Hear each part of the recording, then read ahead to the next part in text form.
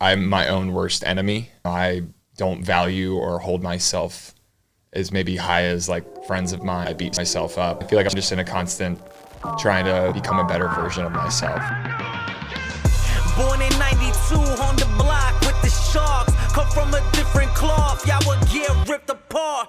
You want it diamond, then you gotta get it in the dark. We dropping nuggets like Carmelo went to Rucker Park. Now we eating from state to state, we scrape the plate. I put my eggs in a basket, took a leap of faith. I took a chance, now we grow and see the impact. Decoding success with special guests, now let's bring Matt. Call Radke. Dude, the thing that impresses me most about you is that, yes, you've succeeded in business, you're still in business, have new ventures coming in the future, TV, books, all of the things. But the thing that impresses me most about you is the fact you survived yourself. I don't even know how to respond to that. Do you think that you've survived yourself? Like, thinking back on your life? I don't know. I've never ever been asked that question my entire life. I think I'm in a process of trying to survive myself. Still? Yeah. But yeah, I mean, I don't know. I've never really thought about it, to be completely honest. Why do you feel like you're still trying to survive yourself? Is that like it's something that's forever? I mean, I think for me personally, like I'm an overthinker and I'm my own worst enemy. You know, I don't value or hold myself as maybe high as like friends of mine or family of mine. You know, it's a mental illness, truthfully. You know, I have family members that have struggled with mental illness. I am an addict and an alcoholic, you know, so there's elements of my life that, I'm just an overthinker. I put myself down. I beat myself up. I don't carry myself internally in the way that I think some people maybe give me credit for on the outside. So, I feel like I'm just in a constant trying to learn and become a better version of myself. But I'm a very flawed and kind of problematic person from my, I've just been through a ton of stuff. I've made a lot of mistakes in my life. There's things I'm not proud of from my past. You know, I've been just on a journey to try and become a better person. So I don't know if that answers the question. No, it does, dude. It does. Like, have you found the positive side of what you're sharing though? Meaning like, has overthinking or like being hard on yourself, like, have you found the positive in how that's actually supported you as well? Yeah. I mean, I think, I don't know. I'm glad I don't have like this lack of self-awareness. You know, I think sometimes ignorance can be bliss. Yeah. But I like feeling and being connected and having the self-awareness. I mean, I don't know. I've always been very, very keenly aware of what I put out there and the behaviors and the things that I am when I was sober. But, you know, when I drank and got drunk and did all those things, like I lost sight of some of that. Yeah. So I kind of lost myself through some of that. Where does the self-awareness come from? Like, is that something you've always had? It's probably from my childhood in some ways, but I don't know. I mean, I'm sure it's something to do with just my personality or my makeup. But I'm not really sure. I don't know. Yeah. No, it's interesting because like, as I was prepping for this, I'm like, I think it's so admirable when a person can like face themselves. And I feel like that's what you've done. It's obviously what you just said that you're still doing. Yeah. Right? I mean, I think being on a reality show kind of forces you to do that. And I think up until being on a Bravo show, which started, 10 years ago. That's wild. It's been 10 years. It's been 10 years. It's just crazy. You're forced to see yourself. And the only thing I can maybe compare it to would be like athletes will watch film on themselves. Exactly. Yeah. They'll play on Sunday and then Monday, Tuesday, Wednesday, they're breaking down the film of their performance. Tom Brady watches film and might have had 5 touchdowns and 300 yards, but he's looking at the mistakes he made and the misreads and the different things he could have picked up on. And I've used the show as some way to inform and understand who I am. Yeah. But it wasn't an easy operation to watch yourself back. If you have a shitty game, it's not fun to watch back. If you are drunk and acting crazy on TV, it's not fun to watch back. But for me personally, it was a mirror into my life that I'm blessed that I got. I didn't know I needed it, but it changed my life because I saw myself in a way that I didn't think I was doing. And it was very sobering, no pun intended. Yeah. but it wasn't like overnight that I watched an episode and was like, wow, I'm kind of a crazy person. Yeah. It was over time finally being like, maybe this is really who I am, and I want to not be that person. When you got to that point of feeling like, hey, I don't want to be this person, but you were that person, like where you are now, do you ever honor who you were? I mean, I think there's parts of me, yeah, a little bit. Yeah. I'm not sure. This is pretty deep questions. Am I going too deep? No, I feel like I'm not giving you what you're looking for. No, dude, not at all. I'm not like Buddha. I don't know. Yeah. Like I try to, I meditate every morning. I say the Lord's Prayer. I go to AA. I have a sponsor. Yeah. I turn my things over. I try to be open and honest about the things I'm feeling. I haven't thought about honoring myself in that capacity. Well, the reason I ask is up until you just asked me right now, so I don't really know. Yeah. I asked that question more so with the intention of like, was Carl doing I feel like we do, not even just you, just everyone, we're doing the best we can with what we know. Sure. So like, don't we have to honor our coping mechanisms, right? Even though they might have been destructive or whatever, it's like, this is just what we know. Yeah, no, I think I understand what you're saying. I mean, looking back, I think that was the information I had. That was exactly the situation I was in, and try to embrace that what it is what it was. Yeah. And that's just the situation. But yeah, I mean, I guess I don't think too much about some of that. I've tried to reflect on my behavior from the past and things that I've done I'm not proud of. And that's part of working 12 steps and going to AA. I've worked a program and making amends and following up on those amends and actually working steps and things like that's been my focus. And I think it probably might have captured some of that sentiment that you're talking about, but I've been just following, the program. That's what got me originally sober, was reaching out to a friend of mine that was in AA. Yeah. So I've kind of followed some of the AA guidelines and just how to work through the mistakes I've made, the people I've harmed, the behaviors of my past, and actually also understand just I'm an alcoholic and a drug addict, and I needed to be honest about that. And those are, it was just a process of going through the AA program that kind of showed that like we all have these things that go on inside and we all have our emotions. And I guess the saying goes, this too shall pass, these things. Yeah, I don't even know what I'm saying. Yeah, so. No, dude, this is great. What do you feel like is the most like monumental thing you might have taken away from AA? One day at a time. One day at a time. One day at a time. That's probably the best principle from AA that you got to subscribe to a lot of things, which, it's for some people, it's not easy. Not everybody is comfortable admitting that they are an alcoholic or a drug addict. That's the most important step. Yeah. And the next important step, I think, is just understanding that one day at a time. Yeah. Stay focused on just your 10 toes down, be present. It could be 1 hour at a time. It could be 1 minute at a time, but it works because over time, small wins add up. Yeah. And the consistency of across 9 months, a year, 60 days, 90 days, it does create a little bit of buffer in your body and your brain for accomplishing sobriety. Yeah. It's not, you don't just flip a switch and get sober. Every morning you wake up, for me personally, because I'm a drug addict and an alcoholic, I pray, I meditate, I do attend meetings, I talk to sober people.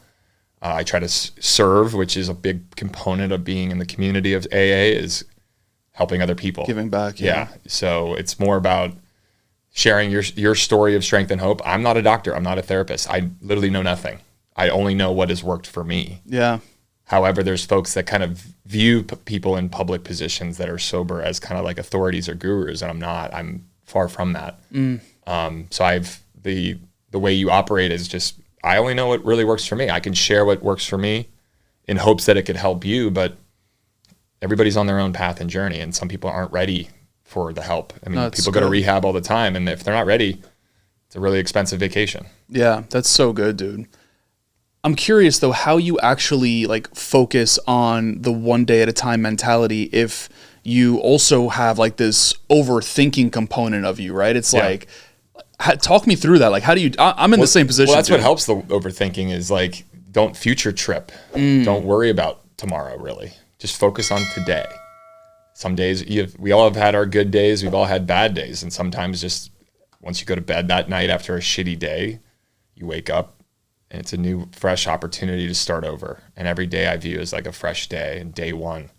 But of course, for me personally, in my sobriety, my brain is very active. Alcohol and cocaine numbed those feelings and numbed the thinking and delayed it. And then it would come back when I got sober again the next morning or woke up.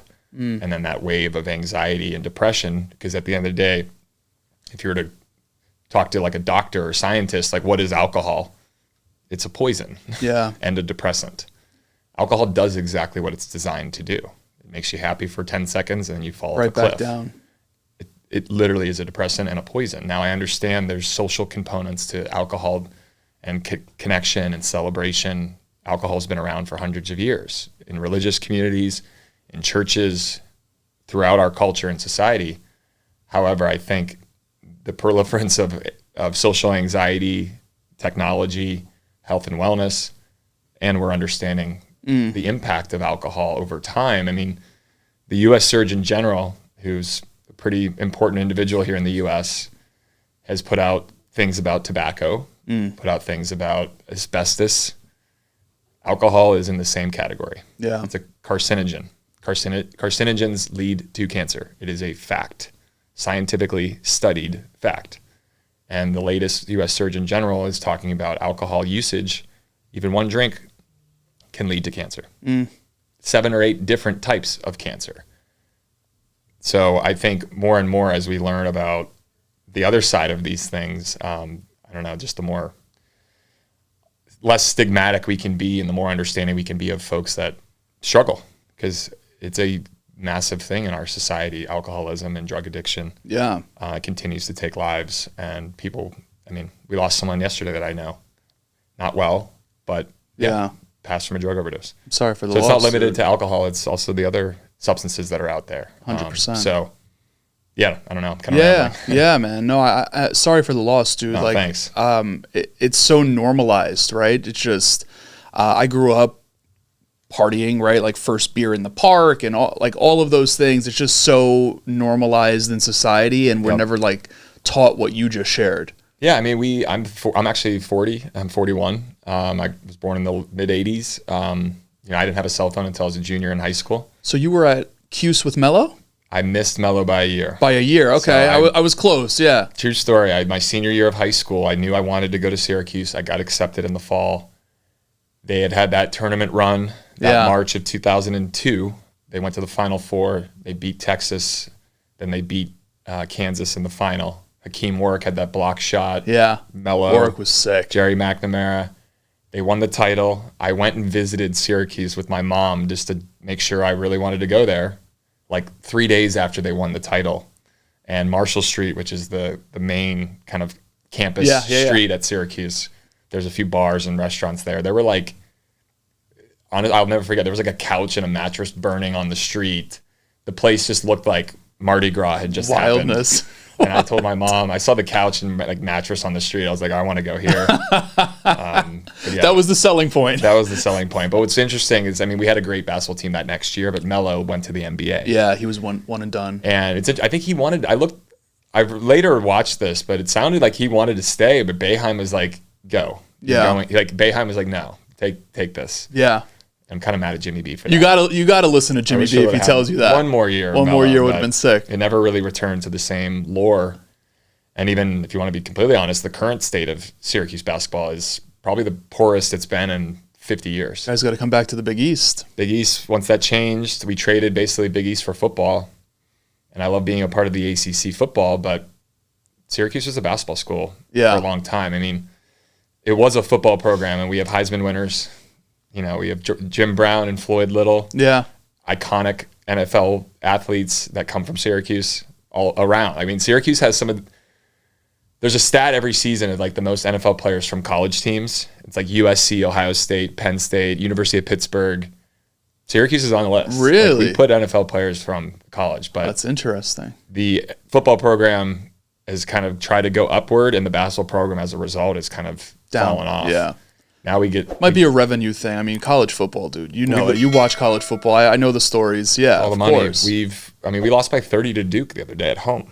I mean, it's just not acceptable for Syracuse. But hey, you have a lot of freshmen on that team, though. If they stay, we have some young ones. I just think it's going to be tough because it seems like the shift to the ACC, we're now competing against Duke, UNC. Yeah, it's not easy. Other powerhouse. Virginia is probably the best team in the ACC right now. So all those players are being recruited by Syracuse, Virginia, UNC. And let's be honest, if I get a letter in my mailbox from UNC, Virginia, Syracuse, or Duke, I'm probably not going to Syracuse. Yeah. Just to be completely honest. Like Duke, UNC, Virginia. Sick. Yeah. I think they're going to lose a lot of those recruiting battles too. Yeah. But I don't know shit about basketball. So. I deal with those struggles, man. I'm a St. John's guy, so we're on the up and up. Yeah, the Johnnies had a nice run last year too. We did, but we had a horrible game last night. I don't even want to get into it.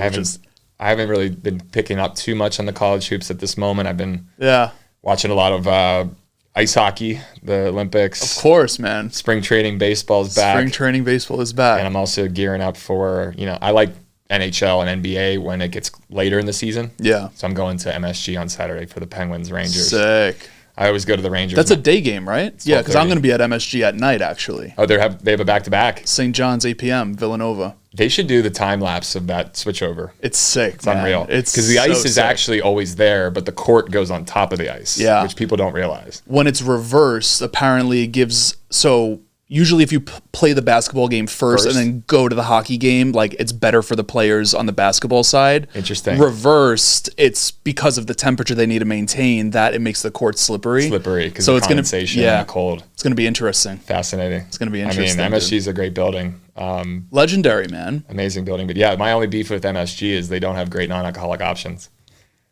I don't even see, dude. I'm just like I just don't even. I'm just like a water guy. Until you like really realize it, like as a consumer, when you don't drink anymore, it's eye opening. I go to MSG. It's Aquafina because it's a Pepsi. Unfortunately, Aquafina. It's a Pepsi account. Yeah. Shout out to Coca-Cola. Way to go.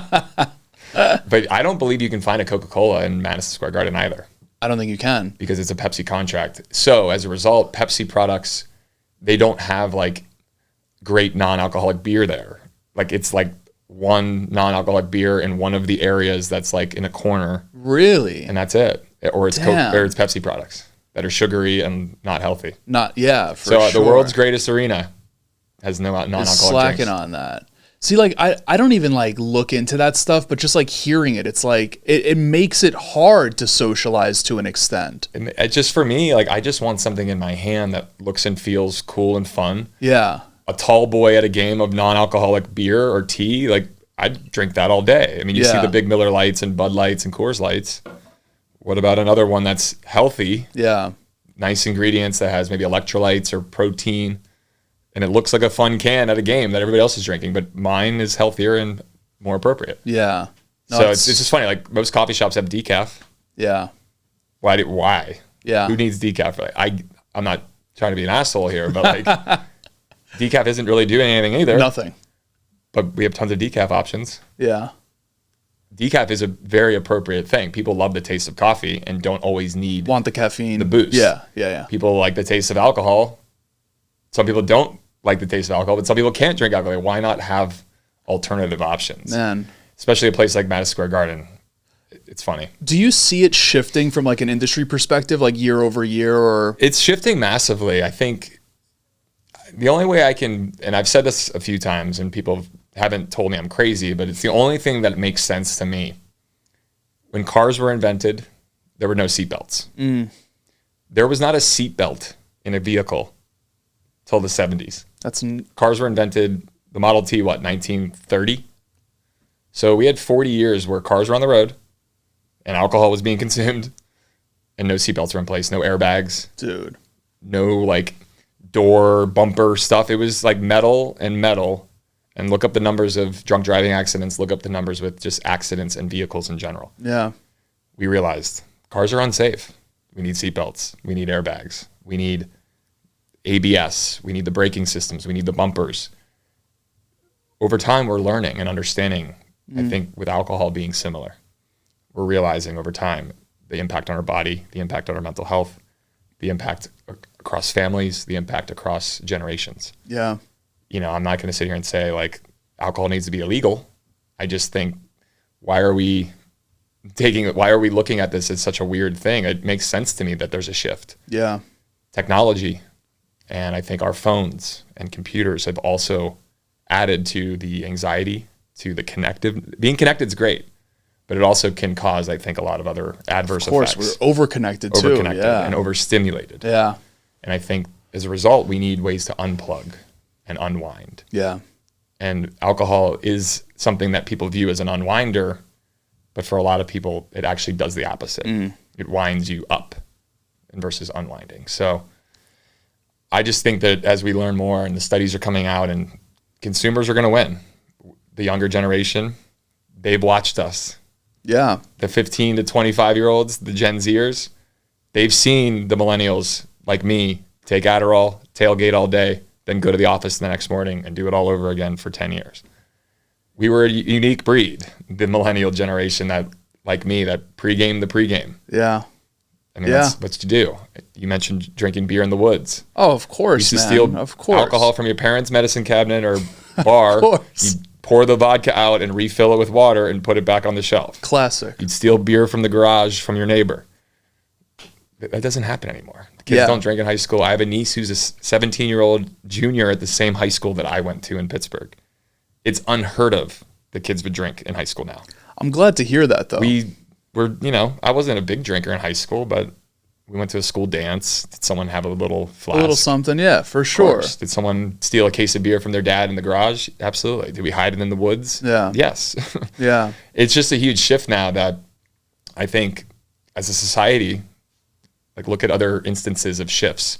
Sugar, tobacco. I'm not going to sit here and shit on cigarettes. I used to smoke cigarettes. I've vaped before. I still vape occasionally. Look at a bar right now in New York City. 10 years ago, everybody was smoking cigarettes 100%. standing outside. Now no one is. Yeah. They're all inside vaping in the bathroom. But it's different. Yeah. We've learned tobacco too. Like, yeah, no, these are so shifts, those are man. examples of the way I've looked at it. Now, 100%. I don't have it all figured out. I'm not some expert or guru. These are just things that I've kind of looked at just from my perspective. I have a unique perspective because I've been in the alcohol industry. Yeah. Kyle, Amanda, and myself, we started working on the brand of Loverboy back in 2018. It came to market 2019. I was drinking then. I didn't stop drinking and get sober until January of 2021. So I had 2 years of being part of an alcohol company with my two best friends, being the VP of sales, being a big face of the brand. Yeah. But then realizing I'm an alcoholic and stopping drinking and getting support. But now being a part of that same company, sober, Yeah. selling alcohol, I don't drink. It was a very confusing, kind of conflicting. I was going to say, like, do you feel misaligned to that at all? I did, but then I realized that a lot of the alcohol industry, believe it or not, the people that work at alcohol brands, some of your favorite celebrities that post on Instagram, alcohol brands, don't even drink. Yeah, yeah, yeah. But they don't talk about sobriety because they don't want to lose the money from the alcohol companies. Understood. And to each their own. Get the bag, do whatever you got to do. I appreciate the authenticity of stories, and there's a fair amount of people out there that aren't necessarily not sober, but just aren't drinking because they're watching their mental health. So there's like different nuance to the world that I've kind of experienced firsthand. I go to AA. That's a camp. That's a community. That's something I have needed. That's what helped me get sober. I've met tons of people that are just like, Carl, it doesn't work for me. I stopped drinking dry January. Yeah. I took 30 days and I never looked back. Those folks are amazing too. But it's like, however you're coming at it, it's all good. I try to be non-judgmental. I want everybody to feel supported. To each their own, yeah. Come as you are. If you use THC and don't drink alcohol anymore, fucking right. Amazing. Yeah. If you smoke cigarettes now and don't drink anymore and that's what works best for you, go for it. I have tons of sober friends. They drink tons of Diet Coke. I eat Nothing tons like of a DC. I literally eat too much sugar now that I'm sober. Yeah. Cookies after every meal. I need some sort of sugar fix. Yeah. That wasn't the case. Is that like a comfort thing, you think? It's something. Yeah. It's like a little treat. Yeah. And for me, eating a Dopamine hit. Eating something. a 6-pack of cookies is much better than picking up alcohol. Yeah. For me, it's those little choices that I think in sobriety people have found what works for them, and I love that. Yeah.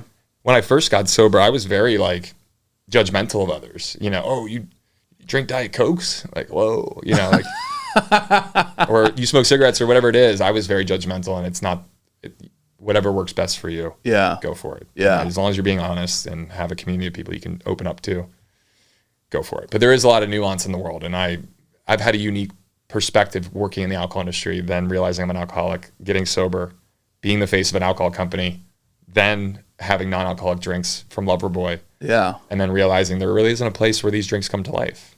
And that's when I started working on Soft Bar. I love that. I want to talk about Soft Bar. I think about this before we get there. I think about the money I would have back if I didn't.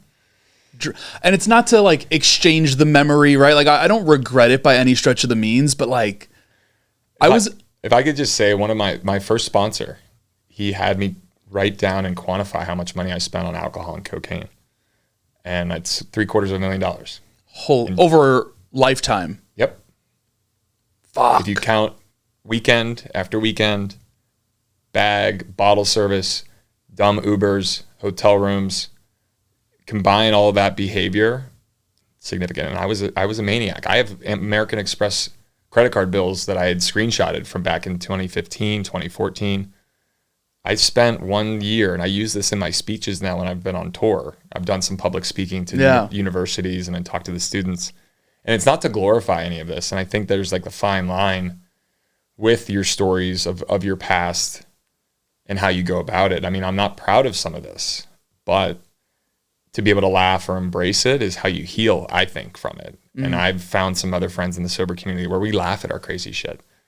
But that particular summer of 2015, I could show you after this interview, it's either 2015 and 2016, back to back, I spent almost $250,000 on a credit card. Holy shit. And if you look at the top 10 retailers, club, bar, hotel. It's And nuts, significant dude. spends at each of those places, some in New York, some in the Hamptons. A particular place in the Hamptons, $50,000 one summer. And I wasn't eating chicken Paying rent, I wasn't yeah. eating chicken fingers there. Yeah. It's literally rosé, tequila, vodka, repeat. Yeah. And to quantify the numbers of how much I spent on drugs and alcohol was a huge part of working the program and understanding, holy cow, that really quantified. And when you see the number, It's nuts. I kind of still am like, think about all the things I could have, and I don't come from money. And it's not like I'm some rich kid. And that's what's hard to even wrap my arms around a little bit still, is that amount of money, what it could have done for my family, what it could have done for my brother, rehabs or treatments or things that we couldn't have afforded, but I somehow made it work here in New York to spend all this money on alcohol and drugs. It's just, it's a number that I'm not proud of at all, but that's part of the healing and kind of working the steps. It's eye-opening, man. So I would say to you, quantify it, because it's powerful. And I'll never forget, I still remember the legal pad that I wrote all these things down. It's nuts. Screenshots. I was... and I'm going to pull it up because I want to see it. Yeah, I want to see it. I was in a different position, man. So I was a club promoter for 7 years. Like I had a place on Meserole in Manhattan and Greenpoint, and we rocked that place for 3 years. I would think I was like 19, 20, 21, but it's like I wasn't paying for it. So like I feel like that makes it a little bit more painful because like there was no financial attachment and it was making money, so it's like, fuck. I got to pull this up. I'm sorry. Yeah, I want to see this. This is, man, $750 though, dude. It was, this is one of the credit card statements from that year. Oh, where is it? I'm sorry. No, dude, you're good. You're good. I can't even imagine that.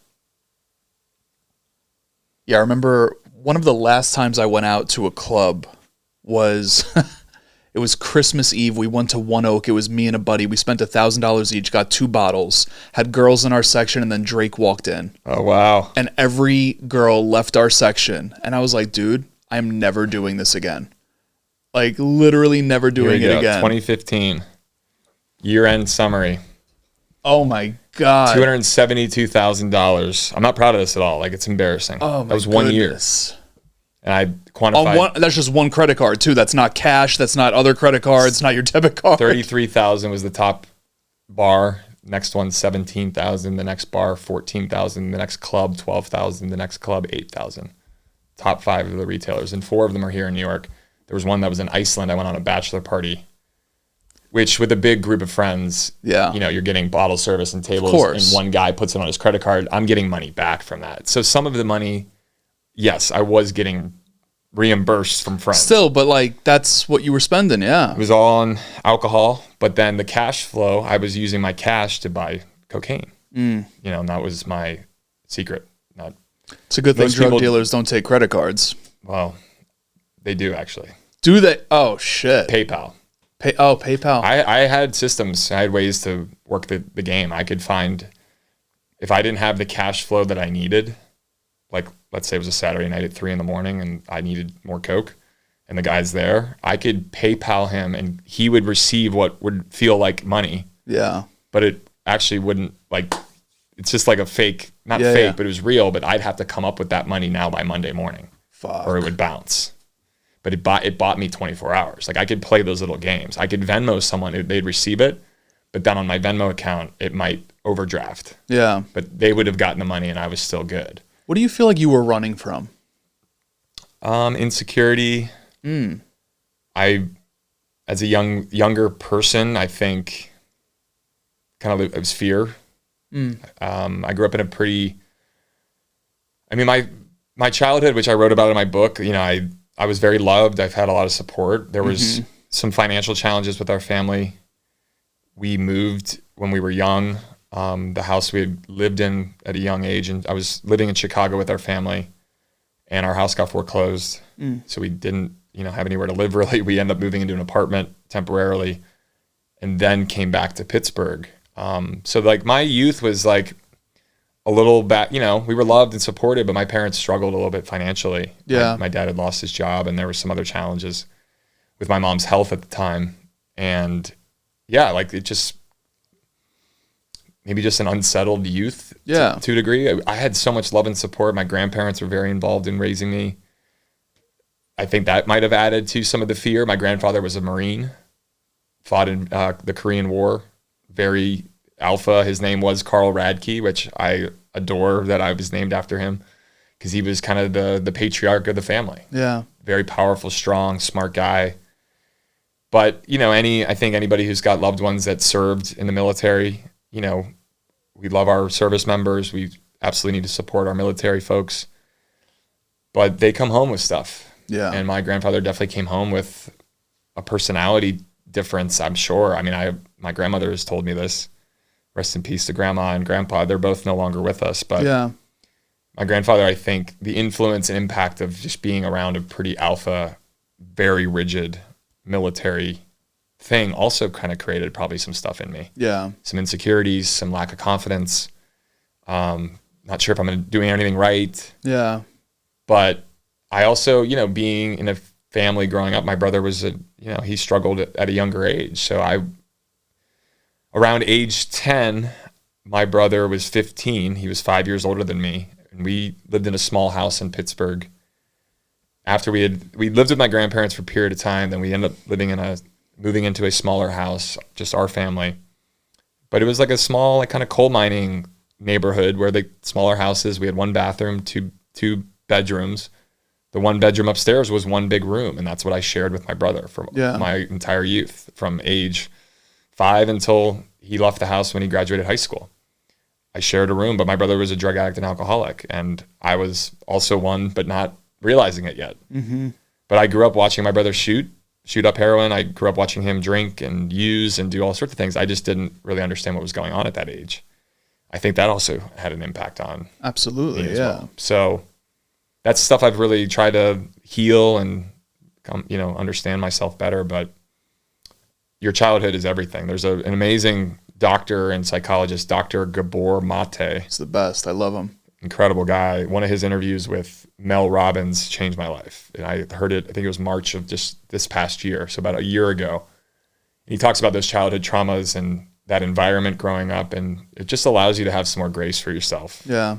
Because a lot of who you are, there's a reason, and there's understanding about it. And you can find some solace in understanding that maybe this adult version of yourself isn't so bad because of some of the things that just your life, your family, where you grew up, the energy. There was a lot of drinking in my family growing up. Yeah. it was love and celebration, what felt like, but there was an intensity at times with family members that drank. I lived in fear of that. Like, what are they going to say next? Am I in trouble? You know? Yeah. So that also informs and develops. 100%, dude. You know, for me as I got older. But childhood is everything. What I've really tried to do in the last year or two is, who was I when I was 5 or 6 as a kid? And I was happy, smiling, running around, up for anything, just a nice kid. I've really tried to get back to that. Like, who was the kid at 6, 7, didn't drink, didn't do drugs, and was likable, confident?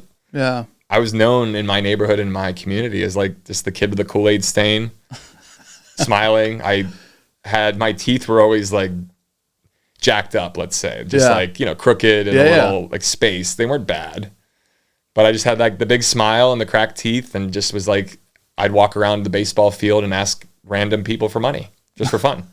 I was just like a sales guy, just always like, just talking to people. Yeah. You know, poke people on the arm and be like, hey, can I get $1? I also told this story before, but I would go into the woods near the baseball field and find baseballs that had been, you know, hit out of bounds or lost. And I would clean them and sell them back to the coaches for practice. Oh, I love that. Yeah. So I was like, I would get $1 a baseball. I'd sell it back to the coach. Even my father too, who was a coach, and he maybe took mercy, and I greased him a little bit. But I was always that kind of kid. And I remember my childhood pretty vividly, and how happy I was and how good it felt at times, and the love in the air. We weren't rich. We were, you know, blue collar, but I had a great time. I love that. So I just really try to draw back on that childhood version of myself. And believe it or not, I really believe that there's a lot of power in that. And like, I'm now Carl, but the childhood version that I've always should have been.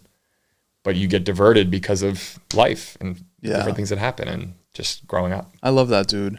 Hey, everyone. Pausing this episode to share something with you. In a world of hyper-competitiveness, I think the best quote that I can share with you is that there is no one in the world youer than you, and that is truer than true, which is exactly why I wanted to share with you today about Brand Builders Group. It's an organization I've been working with over the last few months. It is absolutely incredible, and today I am sharing with you the opportunity to hop on a free brand call with a brand strategist to help you break through the wall of obscurity. We are in a hyper-competitive space at the moment, whether it be on social or with your podcast or with your blog or with your books or getting on stage. No matter what your endeavor is, this is an opportunity for you to hop on a free strategy call with someone from the team to be able to help you navigate the waters of making sure that you are breaking through the wall and taking advantage of all of the opportunities that you most definitely deserve. Again, there is no one in the world youer than you. So no matter what the problem is that you solve, there might be other people that are out there that also solve the same problem, but there is a strategy that can be placed into your initiatives that will help you break through that wall with speed. So I want to share this with you. It is freebrandcall.com/Matt Labrie. That is going to be in the show notes of this episode, whether you're tuned in from audio or through YouTube, whatever it is, freebrandcall.com/Matt Labrie. You bring up the word heal, and this might be a little bit of a spiritual question, but I'm curious, like, in this lifetime, do you believe everyone is meant to heal? Not can they, but are they meant to? Meant to?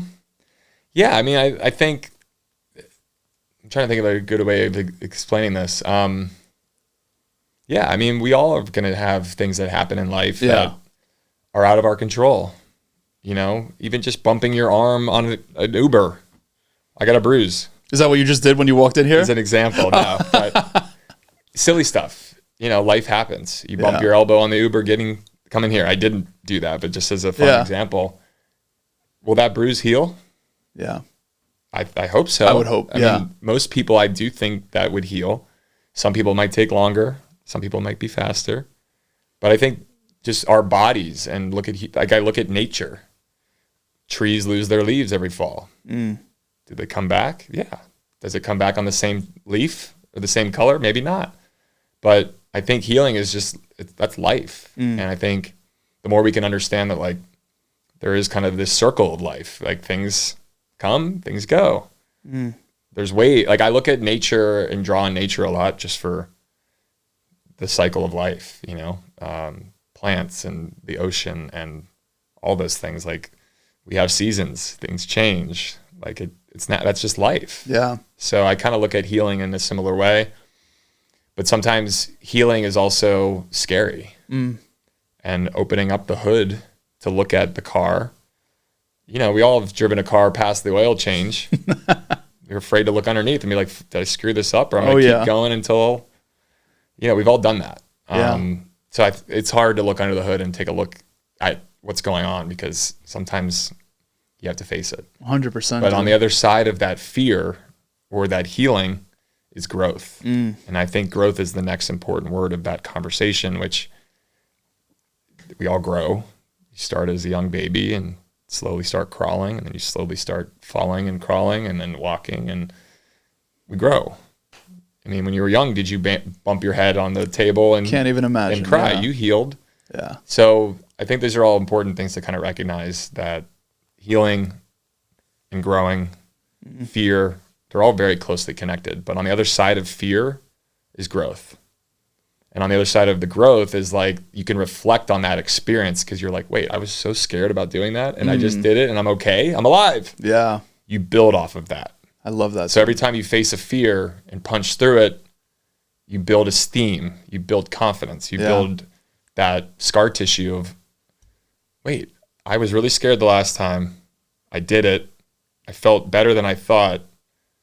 I'll do that again. And then and again and again. And next thing you know, the fear is like gone. Yeah. And now you look forward to that challenge. And I now am in a place where I look forward to the fear because the fear is always, for me, in the last 5 years of being in the sober community and getting the support I've needed, there's always the growth. And you're like, that's what I'm here for, is that part. But you have to go through those few things to get to the growth. I love that, dude. This is why I love podcasting. I mean, I've asked that question, let's call it like 10 times in 400 episodes and got 5,000 different answers. No, but that's why I love it because like I never heard you like your iteration of that. That's kind of, I mean, do I practice and subscribe to that every single day? Probably not. But I feel like one of my favorite examples, I had a therapist I had an opportunity a couple years ago. I went on Family Feud. Oh, sick. I didn't know that. Celebrity Family Feud. I was on with a couple cast members from Summer House. We got invited out to LA, and I loved Family Feud growing up. So sick. Steve Harvey has been the host for the last several years, and I'm a fan of Steve's comedy. I used to love the Kings of Comedy, Bernie Mac, him. They're phenomenal comedians. And a therapist of mine heard that I was going to Celebrity Family Feud, and she was like, you should read his book, Steve Harvey. And I said, what's it called? She goes, Jump. And it's a small book. And as someone who, for a period of time growing up, I could read, but I struggled with staying focused and accomplishing like a more intense material. Certain books like Elie Wiesel's Night, which is a very powerful book and an unbelievable story about the Holocaust and his survival. It's like 120 pages. That was one of my favorite books because I actually could get through it and like felt like I understood it. I got better at reading over time, but like Steve's book was small, but it was like, okay, this is great. I'll jump into this. A lot of people don't realize two things. One, Steve Harvey was a shoe salesman until his like late 30s. So anybody who's out there that's later in life or maybe not getting to where they think they should be. Great advice, yeah. Steve was selling shoes in Cleveland, working nights, working weekends, also doing little stand-ups, little open mics where he could, supporting his family, but had this dream and passion. He wanted to be a comedian. He thought he loved this world, but he'd work and support himself and continue to like juggle both. The other thing he talks about is just jumping. Him getting up on the mic and getting in front of the audience that first time, that's the only way to know what, like while you're in the air is when you learn and when you're getting the growth and you're getting that. So the fear a lot of times is you got to just jump. Once you're in the air, there's something that happens that you're forced to face it. And you're so good. But when you land, you realize like, I'm alive. I just jumped and I'm still standing. And there's just some nice little components of Steve's story that when I read it a few years ago, it like gave me just that confidence. Like you're not too late in life. It's never too late to change or jump through a new door. And it's never too late to jump, just in general. If you want to go for a new business, you want to go for something in your personal life or with a family member or facing something, just jump. Just jump. A lot of us will sit and stew and type it all out. Jumping is sending it. Jumping is walking out the door. Jumping is signing up for the marathon. Jumping is calling someone you haven't called in 5 years that you're supposed to and want to, but it's scary and you're afraid. Jumping is the action. And a lot of us don't act. We just think and want to. And I'm going to sit here and say, like, it sounds so easy, but I have my days. There's some days where I don't want to jump. Yeah. But showing up and jumping are synonymous in a way. And showing up is one of the best things to ever be known for as a human being, I think. Being kind, being generous, being friendly, being respectful, being intelligent. Showing up for people, I can't think of a better characteristic. I love that. Than that, you know, always being reliable and counting on. And sobriety has given me that ability to show up. But sometimes I don't feel good in my body. Yeah. But every time I show up, there's something that happens. That little moment of walking through that door, you then go, it wasn't as bad as I just thought that was going to be for the last 3 hours in my apartment. Now I'm here. I'm so glad I came. And you build off of that. Yeah.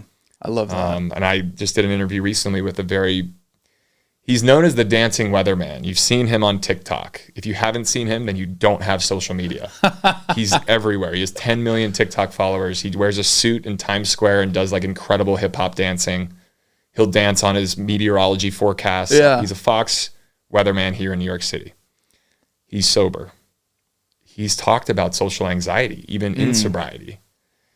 I went to an event that he was also invited to. He showed up, and he's told this story, and the episode's coming out next week on my podcast, so I hope you guys listen to it. But he showed up to the same event I was at already. I was inside. He came up, looked at the outside, looked at the door, thought to himself for a second, and had that little feeling that we all get in sobriety and in recovery. Yeah. I'm not going to fit in there. It's weird. Like a little apprehension, a little fear, a little anxiety. He lives in Westchester.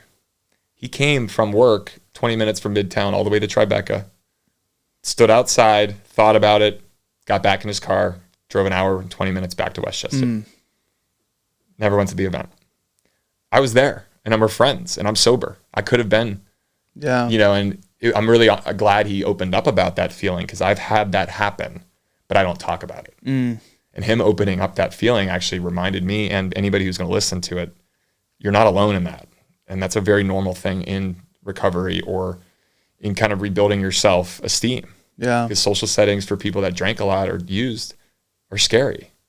But that little jump, if he would have jumped through that and saw me in the room, he would have stayed. And he probably would have built more steam off of that for the next time. Yeah, for sure. And then the next time he gets ready to go to an event, he's not feeling great. He's going to go, oh, well, the last time I went to Tribeca, Carl was there. And they had non-alcoholic beer. And he wins that fear. Yeah. So it's something that I experience a fair amount here in New York City. I get invited to a lot of fun things. I like being social. But there are some times I'm just not feeling it. Yeah. But showing up, you get growth on the other side, and putting others in front of yourself. Sometimes we all make it all about us.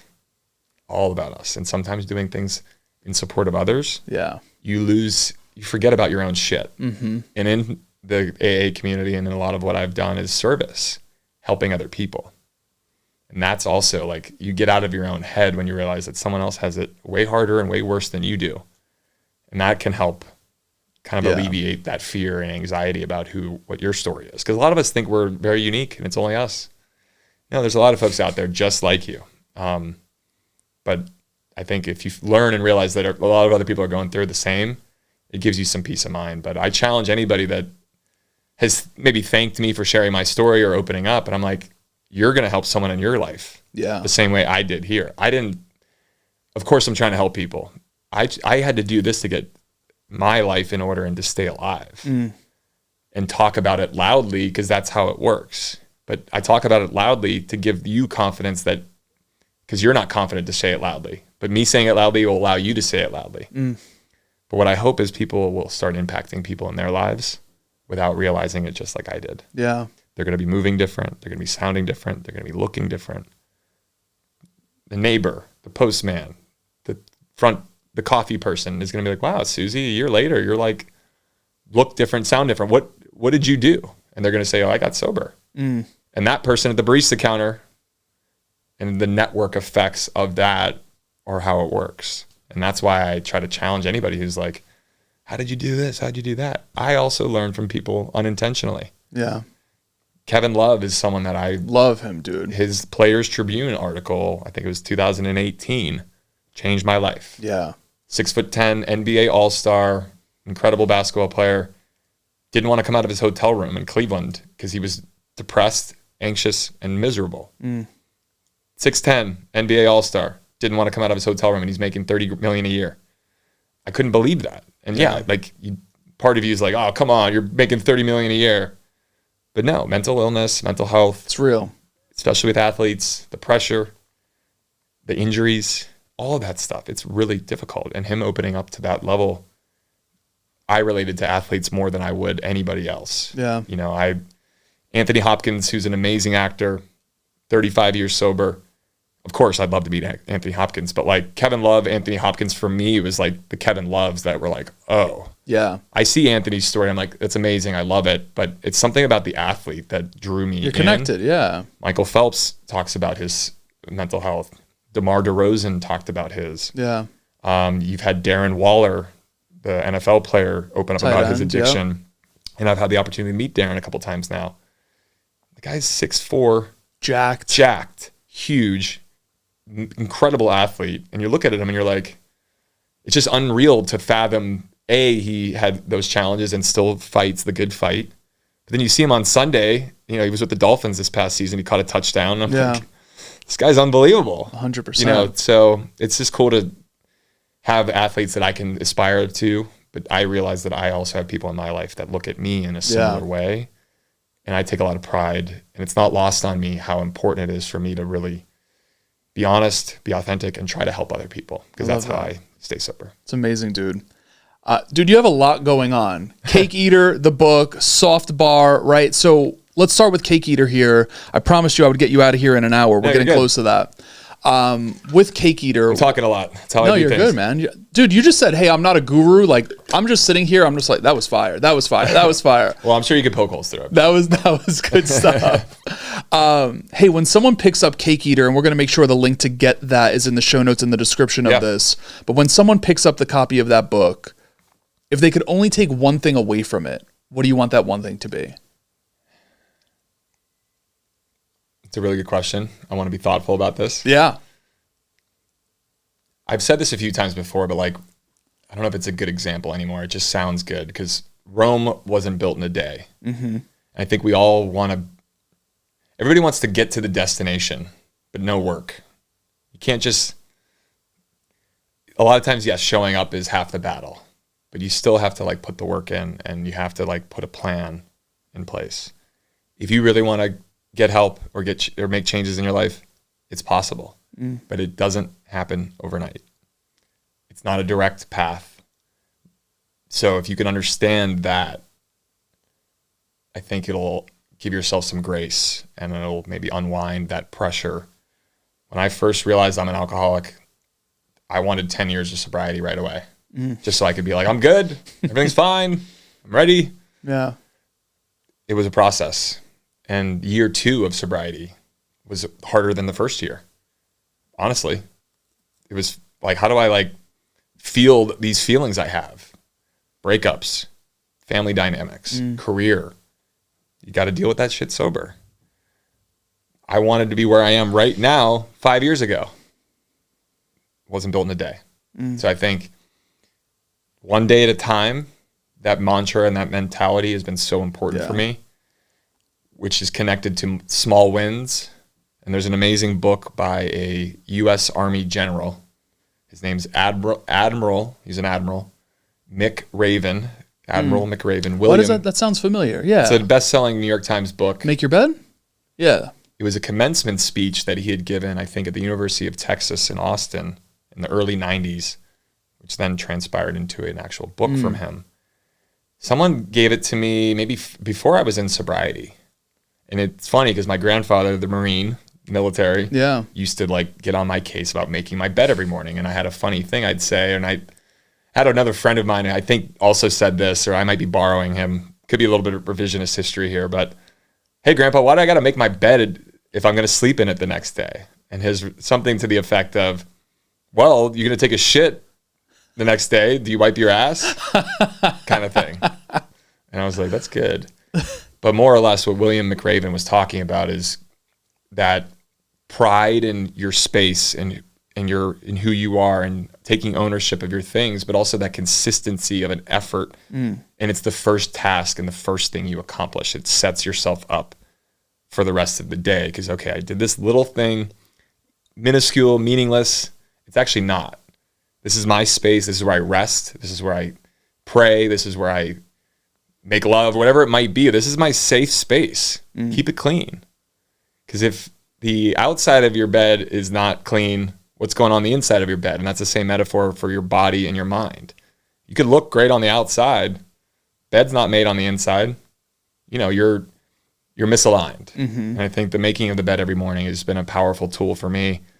And I love seeing other friends in sobriety talk about it because it's what I've been talking about. And I've done it on TV, and it's funny. People have known me for making my bed on TV. Yeah.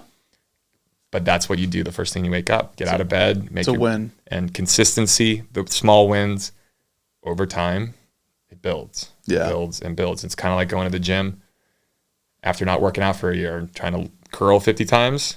It feels great. And then the next day, can you move your arm? No. You're banged up. But then once you kind of heal a little bit and you lift again, then you're like, wait. Then you actually look forward to that pain. The pain is growth. Yeah. But you got to go through that scar tissue sometimes. I love that, man. Hey, so everyone can get the book, again, in the show notes in the description. What about Soft Bar? Dude, you're doing so many things there. Well, they're all very aligned. I opened a business called Soft Bar. It's in Brooklyn, actually just across the BQE from the studio. We're located in Greenpoint. It's a mindful consumption bar and cafe. I wanted to create, a more elevated, non-alcoholic experience that is non-judgmental. It doesn't require you to be sober to come there. It's more about come as you are. You could still drink, or you could still have drink or use other substances. We just don't have those items there, but we have a beautiful space. We've got incredible non-alcoholic options. But the difference between us and any other sober bar is we have drinks that are healthy. You feel, and what I mean by feeling, if you drank a coffee right now, would you feel it? I'd be jacked up. We have ingredients similar to caffeine, but aren't caffeine. Electrolytes, vitamins, mushrooms, healthy mushrooms like reishi or ashwagandha. Yeah. Collagen, variety of ingredients that you find at Whole Foods. But we're using those ingredients in beverages that are non-alcoholic. I love that. That provide your body with more of a health and wellness benefit. That's the difference, is the functional benefits of what our drinks are. So what we've done is we've built this really cool, beautiful bar and cafe where we host a ton of events. We have a run club tomorrow night. I was just going to say, I want to talk about that. I got to join. DJs, music. Yeah. I mean, I was just there before I came here this morning. Every other table had a computer, a matcha or a tea or a coffee, people working, some guy on a headset taking a call. I was in the front cafe actually having a meeting with a potential investor. My general manager sitting at the bar on her computer doing some inventory. 2 baristas behind the counter talking to the woman with a dog right in front because the woman's just grabbing a to-go coffee and she's going to keep her dog walking. Yeah. That's what's going on at Soft Bar. It feels like a cool coffee shop. By night, it feels like a really, really awesome cocktail bar. But it's more about the community and this third space. Yeah. So Soft Bar was born back in August of 2024, popping up, mobile events, and then the goal was always to do the brick and mortar, and we got our brick and mortar open about 5 months ago. That's awesome, man. Congrats. And I also, before that, had experience, obviously, in the alcohol industry with Loverboy. Yeah. We had an alcohol brand. I'm still a part of the brand. But starting an alcohol company, getting sober, launching a non-alcoholic drink, then realizing where do you drink these drinks? Yeah. That literally what happened. I was on Bedford in Williamsburg 2 years ago, shopping at a non-alcoholic bottle shop. Boisson, it's a French word for beverage. Our Loverboy products were for sale there. I walk in, it's a Friday. It's a small little store, and shout out to them. I like what they were doing, but I buy some 6-packs. I fill up a little shopping bag. You can't sample anything. You buy it and put it in a bag and leave. I'm walking down Bedford, heading back to Greenpoint. I'm like, this is dumb. Why can't I go Taste somewhere and drink these with other cool people that are not drinking? Yeah. Why don't I know what this tastes like already? Or why can't I figure out if I like it already? And I just spent $20 on a 6-pack of something. I don't even know what it tastes like. Yeah. So all these things that happen. And then, you know, I'm lucky with the lifestyle that I live. I also built Soft Bar because I think we need it. And I didn't see it. So yeah, Soft Bar was born. Above our space at Soft Bar, I have a podcast studio. Oh, sick. I didn't know that. And that's where my podcast, More Life, came out Sick. of, which was all part of my plan. I wanted to create an ecosystem and this kind of community where you can come together, you can have a great coffee or have a great matcha, run club, yoga, Pilates, whatever it might be. We have sober birthdays. We have tons of parties. But upstairs, I can have more meaningful, thoughtful conversations. I can invite guests. We can capture these conversations. So we've got a really beautiful built-out studio, and then I also have my headquarters and offices upstairs. So these are all aligned, and I think part of what I'm doing, which is I want to help people. I want to use my platform and use my powers for good. And to be able to build all these things, I'm not working, just living. You're living. Which is it's integrated. It's all aligned because it's integrated. This life of sobriety and recovery and taking better care of myself, getting into the running. I'll be running my second marathon at the end of April in London. That world has opened my eyes up to the health and wellness community and giving me a whole new lease on life in New York. I love that. So I've been doing a lot, but it's been very fulfilling. I love that. It's integrated, man. I love that. We're going to have all of the links, Cake Eater, Soft Bar, the pod, all in the show notes in the description. How much are you guys running tomorrow night? I saw you post that literally like 3 miles. At what pace? Well, I'm fast. I know you are. I saw like the last one. People got mad at me at the last one. We have a great community of people that come. It's a lot of Greenpoint, Williamsburg. Yeah. We do get some people from the city that come over. There was a group of girls that, you know, they knew I was going to be quicker in the front. And at the end, they were like, that wasn't slow, Carl. And I thought it was. What was it, like 8-minute mile? A little over 8.5. Oh, okay. 8.5 I could hang with. But if you're talking like 7, I'm like, dude, I'm out. But I probably, in the end, was probably more about 7:45, 8, because I did go ahead a little bit of everybody. Yeah. Because I was just naturally going that pace. And some of the girls were kind of giving me a hard time after. But what's funny is I went to a group run on Saturday in Williamsburg at the Solomon brand running. I have a running coach, Kara Dudley. Shout out to Kara. Love her. She's in Williamsburg. She's a big coach here in the city. Big runner. She's run many marathons. She's an amazing person. She's an ambassador for Solomon. So she had a big group run on Saturday. And these are like more elite runners and more serious runners. I was slow. Really slow. Like I was not be able to keep up with everybody. Yeah. And I go to the run club for Soft Bar and I'm the fastest one. So it's kind of funny. But we want anybody to come. Any and everyone, yeah. My mom even came to a run club a couple months ago and she sick. led the slow walking group. That's sick. So they did a smaller loop around the neighborhood, but I typically will lead a 3-mile run. 3 miles. We start at Soft Bar, stretch, put your bag down, get to meet a few people, get fired up, we play some music. We head out to the streets, rip some miles, come back to the spot. Music, vibes. We have drinks, recovery drinks. We have food. Sick. And people are mingling and talking and getting together. And community stuff. Every time I've had it at Run Club, I usually meet 1 or 2 new people. I also try to introduce other people. Yeah. And what's fun is you'll look and you'll see people that are met because they just came to this. I love that. And that's really something I'm proud of, is just bringing together cool people, giving people a place to come on a Friday night. It's something different. It's a Friday night run club, 6 p.m. 6 p.m. Friday night. You know, where are we going to have 300 people come? No. But how often are you doing it? This is going to go once a month. Okay, cool. So Soft Bar run clubs once a month. You know, and then in addition to that, tons of other events, other stuff that aren't like I'm leading it. You know, we had Mahjong night. We had bingo. We have queer run clubs. We have lesbian, gay, bisexual run clubs. We have a dad's men's group. We have a mom's club that comes in. That's cool. But not running. Yeah. The mom's group is just, they have strollers. Yeah. And they just want a place to hang. That's cool. And I reference them a lot. And they're just local women that love coming in. And it's not a sanctioned, there's no like Instagram posting. It's just, they come and love the space. That's it. So it's been cool to see it in action. I love that, man. But I love it. Dude, I'm going to ask you one last question here to respect your time. You've given us a lot, like a ton of advice. Seriously. Well, it's all bullshit, and I know nothing. My favorite You've quote said that a couple times. Well, it's like Socrates. Like, the only thing I really know is that I know nothing.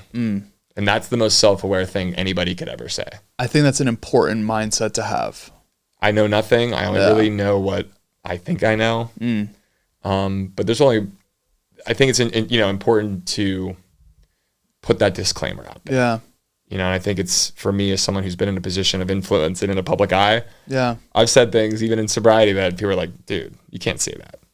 So I try to operate from a place of, hey, this is what's worked for me.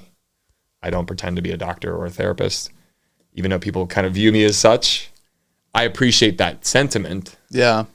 But it's not, there are amazing individuals and people that have spent money and energy in studying and are professionals, and that's why they're there. 100%. I can be a resource. So if anybody wants to reach out to me, I can point you in the right direction.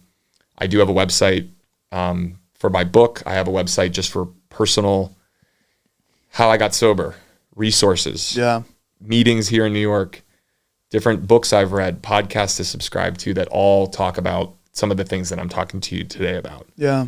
So, I think the book can provide a little bit of inspiration. Some of it is very uncomfortable, the things I've been through. There's stuff I never talked about publicly, even though a lot of my life is public on the show.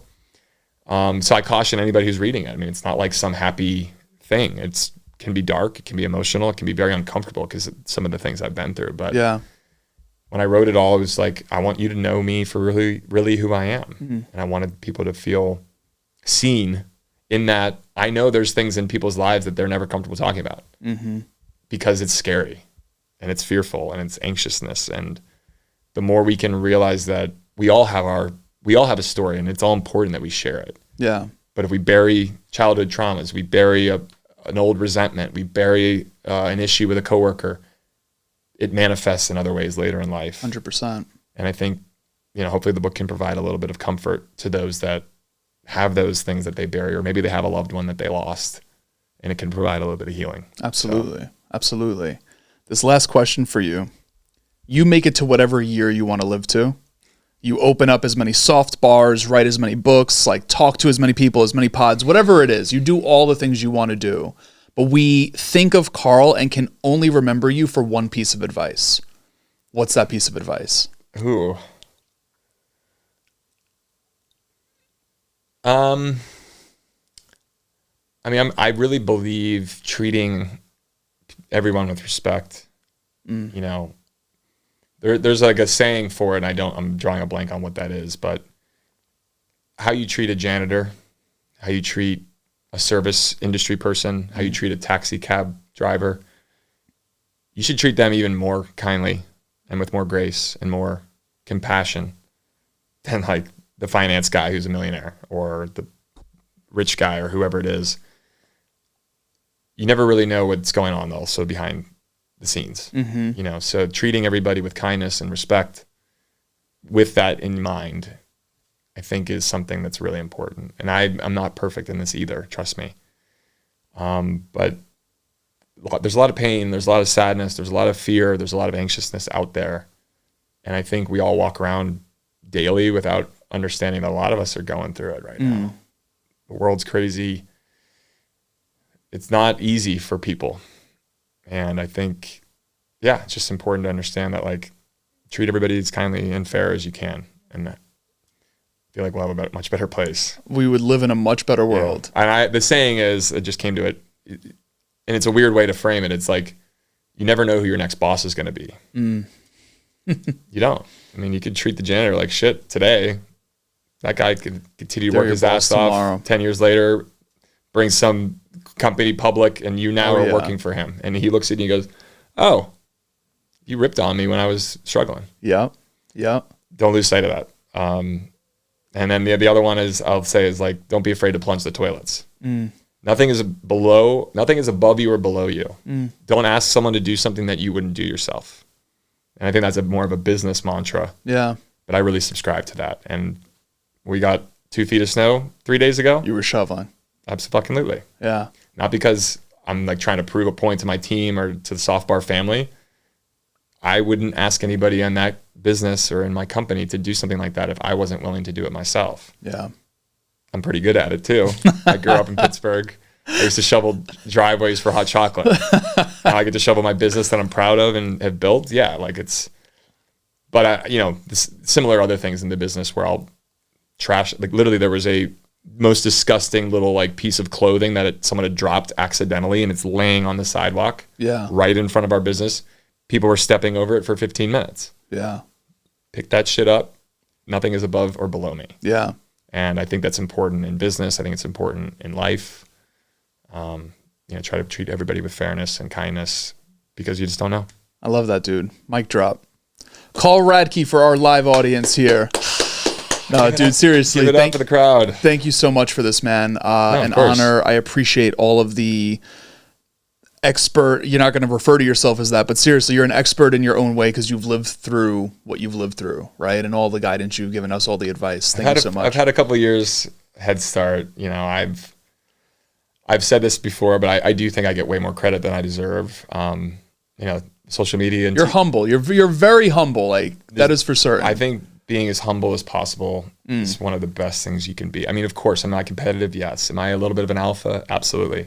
My favorite athlete, Michael Jordan, the most psychotic athlete ever. Kobe Bryant, probably close second. Probably the two most maniacal athletes of all time. I mean, you can probably find others. Those are my favorite basketball players because they were killers and they were psychos. They worked harder than everybody. They were more dedicated and passionate than everybody, but they also wanted other people to win with them. Could have Kobe done it alone? No way. Could Jordan do it alone? Hell no. But Kobe and Jordan, those are the greats. So I try to, it's not all about me. Yeah. Even though it feels like it's sometimes. Dude, I appreciate it, man. You, man. This was awesome. No, I appreciate it.